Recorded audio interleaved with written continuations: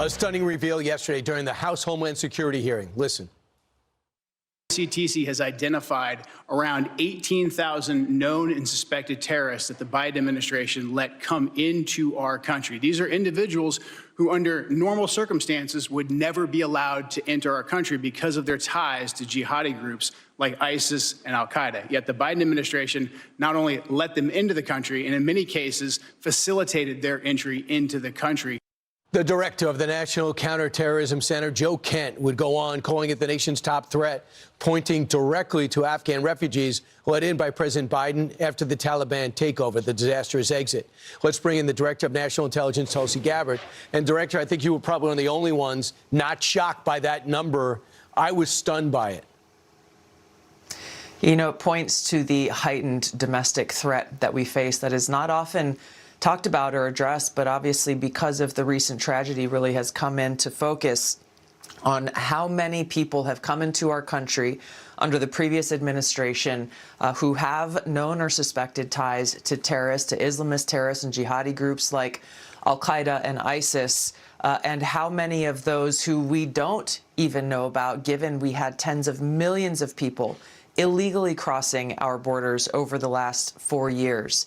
President Trump has been very intent on keeping his promise to the American people to make America safe again so that people can feel safe in their homes and in their communities, identifying those who we know are either connected directly to these terrorist groups or those who have ties to them. This is what we're focused on, working with the Department of Homeland Security to identify them and deport them to prevent any further attacks here at home. I know we're throwing out about 1,000 a week. It was 600 a week, so the paces are picking up. We've gotten rid of 690,000 illegals so far in about a year. Do you know how many of the 18,000 we've tossed, caught up to, and got rid of or jailed?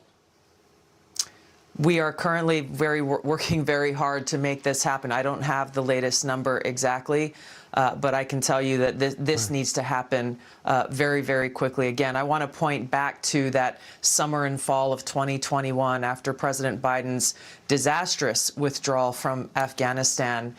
You know, there were over 100,000 people who came into our country because of that disastrous withdrawal. I'll tell you, the vast majority of them were not properly vetted. They certainly were not vetted at anywhere near the standard that we require under this administration of allowing people into our country.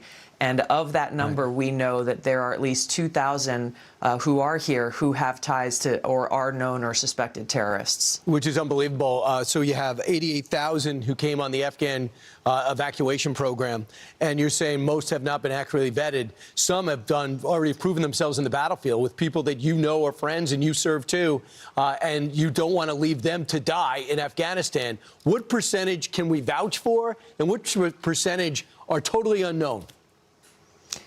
Because of the very irresponsible and dangerous approach that the Biden administration took, we don't actually know the answer to that. This is why, through our National Counterterrorism Center, we are going through and working with our partners in the FBI and Department of Homeland Security in going and actually re-vetting every single one of these individuals. We've got to realize of what's happening here within the context of the greater threat that we face. We know that al-Qaeda and ISIS continue to actively plot attacks against our homeland.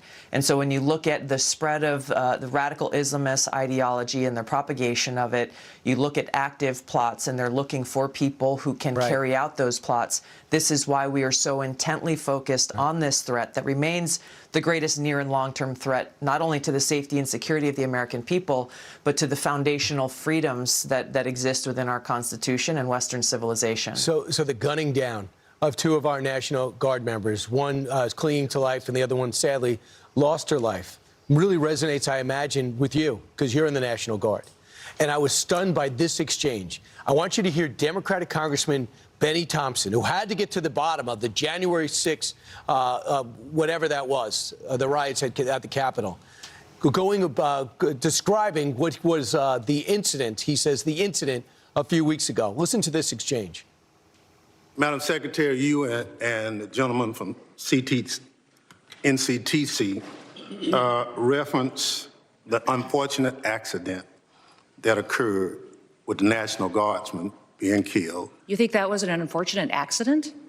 I mean. It was a terrorist No, wait. Look, I'll get it straight. Then you can He shot our respond. National Guardsman in the head. Never got it straight. He doubled and tripled down on it. How does that resonate, not only with you as DNI, but how about you as the National Guard's person who's serving this country?